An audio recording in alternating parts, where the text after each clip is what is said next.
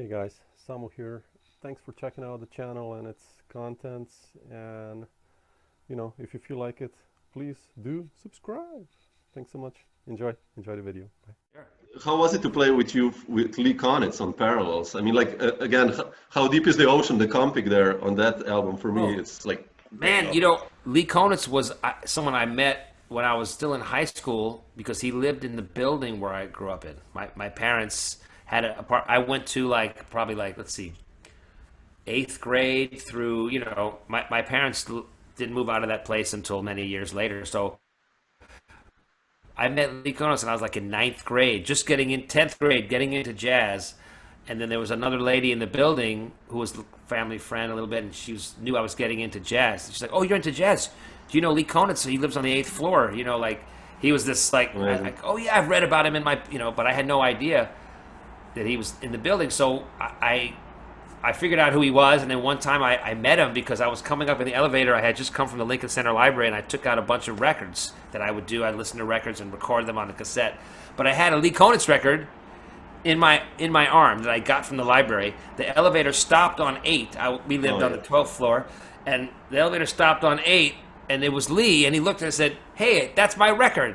And that's how I got to That's how it's like, "Yes, wow. Mr. Konitz, I'm Peter. I live.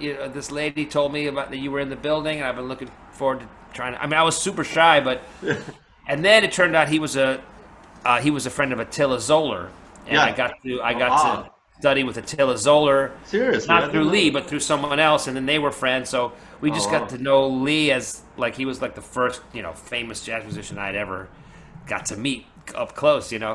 So he was like someone from my youth, and I would see him every time we played. He was super nice about having me come up to play. I took a lesson with him, and then he was like, "I just come play some tunes." Like he wanted to blow and have someone to come. I sad comping for him, but we tried some lines together. Like little playing some heads together, and he was super nice and just up for jamming, and got me on a few gigs.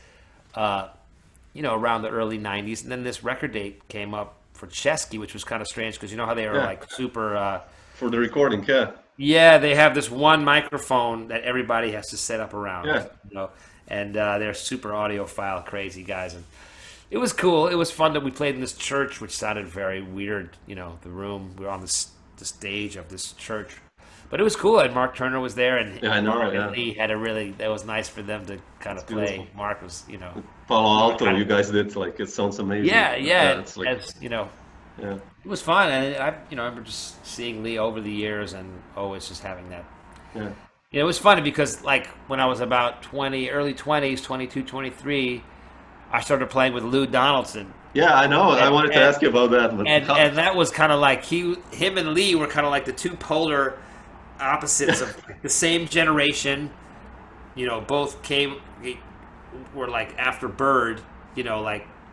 So, but they were both so Lee always had this thing, you play with Lou Donaldson, you play that kind of stuff, it was a little bit of that, I was in that, I play that organ stuff, like Lee stuff, and I think when I played with Lee, I wasn't really playing far out enough, really, or enough in that vibe that they were going for in terms of the real linear thing. I tried on that, and I remember, enjoying trying to comp for Lee and Mark and everything. That was beautiful. Yeah, the but it was early on in I wasn't really hadn't figured out comping yet. No, come on. A little. I mean, it's better now, but it was okay. It was fun. I had a good time playing with those guys, and it was nice. And then I remember 4 or 5 years ago, I got a call from Lee, and he was like, I've been listening to a lot of my old CDs. And I came across the one we did with Mark, and it's really good. I never listened to it when it came out. I don't blame him. I do this. I'm the same way. Yeah. But he had listened to it again. He's like, "Yeah, you really sounded nice on that." I was like, I felt so That's beautiful. happy that Lee kind of went back and checked it out and was like, "Yeah, kind of almost to say I didn't notice it at the time, but you played all right on that record." I felt, That's so beautiful. I felt